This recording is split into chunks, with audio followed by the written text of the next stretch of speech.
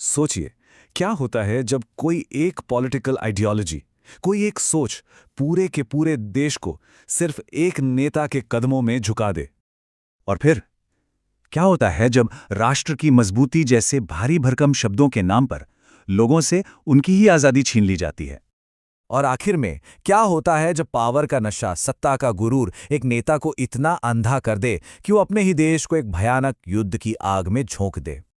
इन सभी सवालों का जवाब हमें एक ही नाम की तरफ ले जाता है, बेनिटो मुसोलिनी। जी हाँ, वही शख्स जिसने फाशीवाद यानी फैसिज्म को जन्म दिया। वो नेता जिसने इटली को एक महान भविष्य का सपना तो दिखाया, लेकिन असल में उसे बर्बादी की एक गहरी खाई में धकेल दिया। तो चलिए आज इसी शख्स की कहानी की एक एक परत को खोल कर देखते हैं। तो सवाल ये उठता है कि आखिर एक अकेला आदमी इतना ताकतवर बना कैसे? देखिए, किसी भी इंसान की कहानी की जड़ें ना उसके बचपन में छिपी होती हैं। तो चलिए बिल्कुल शुरुआत से शुरू करते हैं। बात है साल 1883 की। इटली का एक छोटा सा गांव, यहीं पर बेनेटो मुसोलिनी का जन्म हुआ। उसके पिता एक लोहार थे, लेकिन साथ ही समाजवादी राजनीति में बहुत एक्टिव थे। तो आप समझ ही सकते हैं कि मुसोलिनी के घर का माहौल कैसा रहा होगा। बचपन से ही क्रांति, मजदूरों के हक, इन सब पर गर्मागर्म बहसें होती थीं। और इसी माहौल ने, आप कह सकते हैं, उसके व्यक्तित्व को तराशा। वो बचपन से ही एक तरफ तो बहुत गुस्सैल था, लेकिन दूसरी तरफ उसका दिमाग कमाल का तेज था। पर हाँ, उसमें हिंसा की तरफ एक झुकाव था और अहंकार तो कूट कूट के भरा था। उसके लिए दुनिया में बस एक ही चीज मायने रखती थी, पावर, ताकत।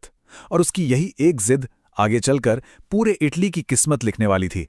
तो चलिए अब देखते हैं कि ये नौजवान जो समाजवाद की बातें करता था, वो कैसे एक ऐसी विचारधारा का जनक बन गया जिसने पूरी दुनिया को हिलाकर रख दिया।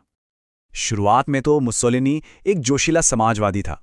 वो मजदूरों के हक की बात करता था, वर्ग संघर्ष की बात करता था। लेकिन धीरे धीरे उसकी सोच ने एक बड़ा मोड़ लिया। उसे लगने लगा कि क्लास स्ट्रगल ये सब ठीक है, लेकिन इन सबसे ऊपर है राष्ट्र, देश। और उसका ये मानना था कि लोकतंत्र से कहीं बेहतर है एक मजबूत नेता का शासन। और दोस्तों, यहीं से जन्म हुआ फासीवाद का, फैशिज्म। ये एक ऐसी पॉलिटिकल आइडियोलॉजी है जिसमें देश को, राष्ट्र को एक आम इंसान से कहीं ऊपर रखा जाता है और सारी की सारी पावर एक तानाशाह नेता के हाथों में होती है। फासीवाद के सिद्धांत ना बहुत सीधे और साफ थे। पहला, जो लीडर है वही सब कुछ है। दूसरा, सेना सबसे ऊपर है, सुप्रीम है। तीसरा, देश की ताकत ही सबसे बड़ा सच है। और सबसे जरूरी बात, इसमें एक आम नागरिक की आजादी के लिए बिल्कुल कोई जगह नहीं थी। अब जरा उस वक्त के इटली को इमेजिन कीजिए। पहला विश्व युद्ध अभी अभी खत्म हुआ था और देश पूरी तरह से बिखर चुका था। महंगाई आसमान पर थी, बेरोजगारी से लोग परेशान थे और पॉलिटिक्स में तो बस उथल पुथल मची हुई थी। ऐसे में इटली के लोगों को शिद्दत से एक मजबूत नेता की तलाश थी, कोई जो आए और सब कुछ ठीक कर दे। और मुसोलिनी, उसने इस मौके को तुरंत भांप लिया। साल था 1922। उसने अपने हजारों समर्थकों के साथ मार्च ऑन रोम किया। अब ये कोई शांतिपूर्ण प्रदर्शन नहीं था, नहीं, ये सत्ता पर एक साइकोलॉजिकल अटैक था, एक धमकी थी। नतीजा, राजा डर गया और उसने मुसोलिनी को प्रधानमंत्री बना दिया। ये लोकतंत्र की नहीं बल्कि खुलेआम ब्लैकमेल की जीत थी। सत्ता हाथ में आते ही मुसोलिनी का असली चेहरा दुनिया के सामने आने लगा। अब उसका सिर्फ एक ही मिशन था, पूरे इटली को अपनी मुट्ठी में करना। उसने एक एक करके लोकतंत्र के हर पिलर को गिराना शुरू कर दिया। सबसे पहले मीडिया पर कब्जा, फिर जितने भी पॉलिटिकल ओपोनेंट थे उन सबको या तो जेल में डाल दिया गया या खत्म कर दिया गया। अनुशासन और राष्ट्रवाद का प्रोपोगेंडा इतना जोर शोर से चलाया गया कि लोगों ने सवाल पूछना ही बंद कर दिया।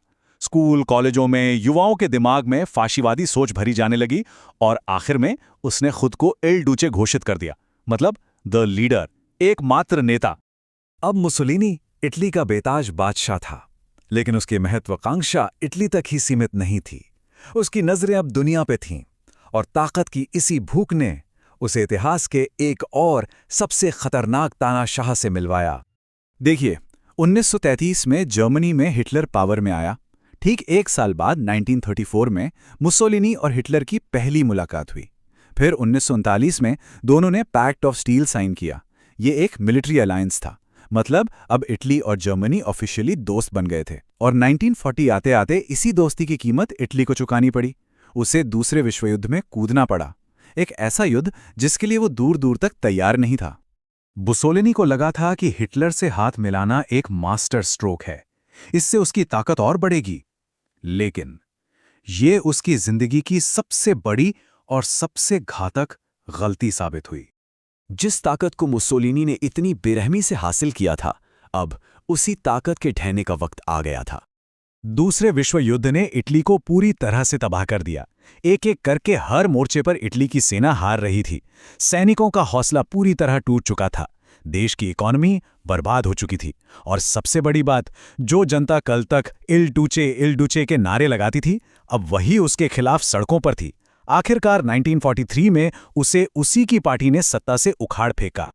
उसने भागने की बहुत कोशिश की, लेकिन शायद इतिहास से कोई नहीं भाग सकता। तारीख थी 27 अप्रैल 1945। उसे देश छोड़कर भागते हुए पकड़ लिया गया और फिर अगले ही दिन उसे गोली मार दी गई।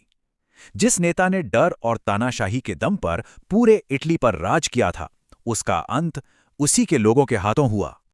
मुसोलिनी की कहानी तो खत्म हो गई, लेकिन इतिहास के पन्नों में वो एक बहुत बड़ा और जरूरी सबक छोड़ गई। ये कहानी हमें एक बहुत गहरी बात सिखाती है कि जब भी कोई नेता राष्ट्र की मजबूती या नेशनल स्ट्रेंथ के नाम पर लोगों की आज़ादी पर हमला करने लगे, तो ये समझ जाना चाहिए कि लोकतंत्र खतरे में है। और शायद सबसे ज़रूरी सबक तो ये है कि तानाशाह पैदा नहीं होते, उन्हें बनाया जाता है। और उन्हें कौन बनाता है? जनता की खामोशी।